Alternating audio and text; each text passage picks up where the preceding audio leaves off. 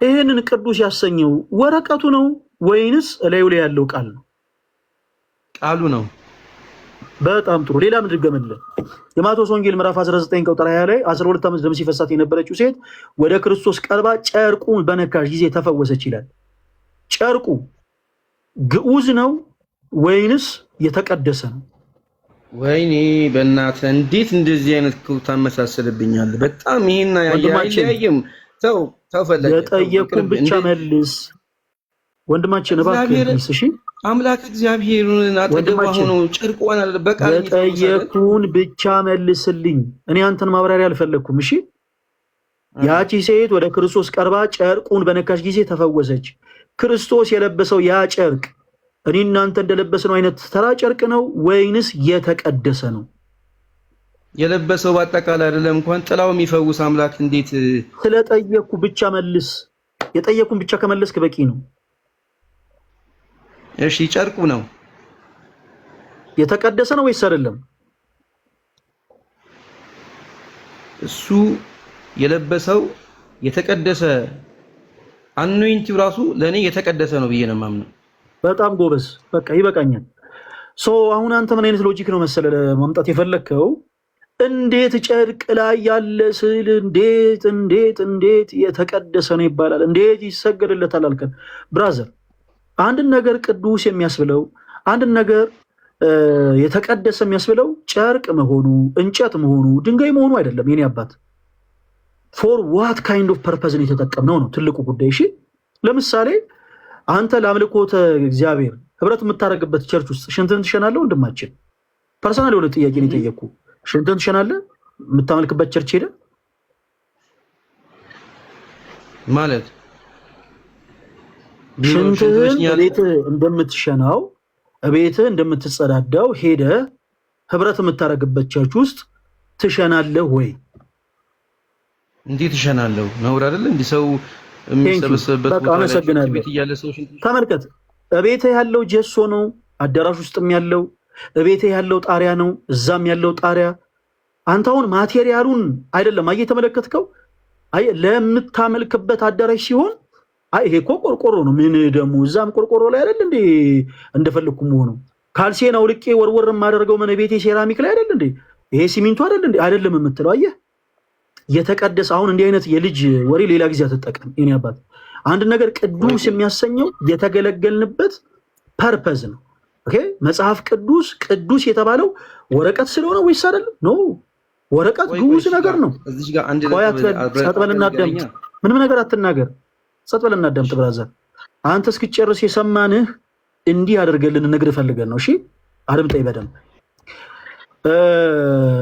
የመጽሐፍ ቅዱስ ማስረጃ ጠይቅ ነው ብራዘር። ስግደት ሁሉ አምልኮ ነው የሚል ከዛ ስለ ዮሐንስና ስለ መልአኩ አንድ ሐሳብ አነሳለን። ከዛ ዞሮ ሄደና እንዴት ጨርቅ አለን። ወደሱ ጉዳይ አትምጣ። ኦኬ ለምን እንደዛልነ? ምክንያቱም አንተና እኛን ሊያሳምነን የሚችለው የመጽሐፍ ቅዱሱ ማስረጃ እንጂ መጽሐፍ ቅዱስ ማስረጃ በቂ ነው። ከዛ ውጭ አንተ ቻይልዲሽ ሆነ የምትጠቀማቸው ቃላቶች አይደሉም። ለምሳሌ መጽሐፍ ቅዱስ አነሳውልህ 3 ምሳሌ ሰጠውክ። ይሄ መጽሐፍ ቅዱስ ወረቀት ነው። ይሄው እዚህ እንደምትመለከተው እንዲህ አይነት ከቨር ያለው አጀንዳ አለ። አጀንዳ ሰዎች ሂሳባቸውን የሚሰሩበት ታሪካቸውን የሚያስቀምጡበት ዲያሪ የሚጽፉበት እንዲህ አይነት አጀንዳ አለ። እንዲህ አይነት ከቨር ያለው ይሄው እሱ ወረቀት ነው። እንዲህ አይነት ወረቀት አለ የምንጽፍበት የምንፈርምበት። ይሄንን ግን መጽሐፍ ከሌሎቹ ግዑዝ ከሆኑ ወረቀቶች ተለይቶ ቅዱስ ያሰኘው ላይ ቃለ እግዚአብሔር ስለሰፈረበት ነው። ይህን ቃለ እግዚአብሔር ነው ብለህ አምናሃል ወይስ አላመንክም? ወንድማችን ባጭሩ መልስልኝ። አሁንም ቶሎ በል ወደ ገደለው እንድንገባ እባክህ ቶሎ መልስልኝ። ደጋገምክብኝ። ቃለ እግዚአብሔር ነው። ቴንክ ዩ። ይሄ ላመነበት ሰው የእግዚአብሔር ቃል። ይሄንን የእግዚአብሔር ቃል ነው ብሎ የማያምን ሰው መጥቶ ይሄ የእግዚአብሔር ቃል አይደለም እኔ ብነካው አይፈውሰኝም ስላለ አንተ ከሱ ጋር ንትርኩስ መግባት የለብህም። በመጀመሪያ ስላለው እግዚአብሔር ስላላመነ ቀስ ብለህ ልታስረዳው ይገባል። ሀሎተ እግዚአብሔርን ስላላመነ ያ ሰው ይሄ ቃል እግዚአብሔር ነው ብነካው ይፈውሰኛል ምናምን ሊል አይችልም። አንተ ቤት ልጆች አያርገውና እንደው የሰይጣን ጆሮ ይደፈን። ባለቤት ልጆች አንድ ሰው እናት አባት ቢታመሙ ግን እግዚአብሔርን ቃል ይዘህ ኦኬ ወደ እነሱ ልትጸልይ ትችላለህ። ለምን? አንተም እነሱም ስለሚያምኑ ይሄ ቃል እግዚአብሔር ቃል ነው ብላችሁ ስለምታምኑ ተአምር ከዚህ እናገኛለን ብላችሁ ስለምታምኑ ያ ይከናወናል። በኢትዮጵያ ኦርቶዶክስ ተዋሕዶ ቤተክርስቲያን ውስጥ ጨርቁን አይደለም ቅዱስ የተባለው ይልቁኑ በዛ ጨርቅ ላይ የተተላለፈውን መልእክት ቆርቆሮን አይደለም የተቀደሰ መቅደስ የምንለው በዛ ውስጥ በሚመለከው እግዚአብሔር የተነሳ ነው ስፍራውን ቅዱስ የምንለው። መጽሐፉን ወረቀቱን ከቨሩን አይደለም ቅዱስ የምንለው ቃሉን ተመርኩዘን ነው መጽሐፍ ቅዱስ የምንለው። ክርስቶስ የለበሰው ጨርቅ እኔ እናንተ እንደምንለብሰው ጨርቅ ነው። የተቀደሰ ያስባለው ግን የክርስቶስ መሆኑ ነው። እኔ ቆሻሻው እኔ ያደፍኩት የለበስኩት ጨርቅና ሰማይና ምድርን የፈጠረው ጌታ ንጽሐ ባህሪ የሆነው ክርስቶስ የለበሰው ጨርቅ እኩል ሊሆን አይችልም። እርሱ ቅዱስ ነውና ያም የለበሰው ጨርቅ የጸጋ ቅድስና አለው። ለዛም ደግሞ ያቺ ሴት ማቴዎስ 19 ላይ ያለችው ሴት ወደ ክርስቶስ ቀርባ ልብሱን ነካችና ምዳነች፣ እምነቷን ያዳናት። ስለዚህ አሁን ወደ እምነት ጉዳይ አንግባ። ኦርቶዶክሳውያን አምነው ተአምር ስለተደረገባቸው ጉዳይ ተአምር ስለተደረገላቸው ነገር አተንሰው። ለምን ገና አንተ ያላመንክ ሰው ነውና። ስለዚህ ምንድነው የምናደርገው? በመጀመሪያ ስላላመንከው ነገር ነው የምናወራው። አይ እንዴት አመናችሁበት? እንዴት ተአምር በዚህ ተደረገ ትላላችሁ? እንዴት ይሄን እንዲያላችሁት? እሱ ይዘገይ። ቆይ አሁን አንቸኩልም። ነገር ግን አሁን ያነሳው መጽሐፍ ቅዱስ ጥቅስ ግን ይበቃናል። በቃ ጥሩ ነው። ስግደት ሁሉ አምልኮ ነው ያልን? አዎ አምልኮ ነው። መጽሐፍ ቅዱስን ያዝ እንዳትረሳ። እና የራእይ መጽሐፍ ላይ ያለውን ሐሳብ አነሳልን። ዮሐንስ ለመልአኩ በሰገደ ጊዜ መልአኩ በቃ ኖ ለኔ አትስገድ አለው የሚል ሐሳብ አነሳልን። ባጭሩ ስግደት ሁሉ አምልኮ ነው የሚል ሐሳብን አያስተላልፍም። እንዴት? በደንብ አድርጋችሁ አድምጡኝ። አሁንም የመጽሐፍ ቅዱስ ማስረጃ ልሰጠው ነው።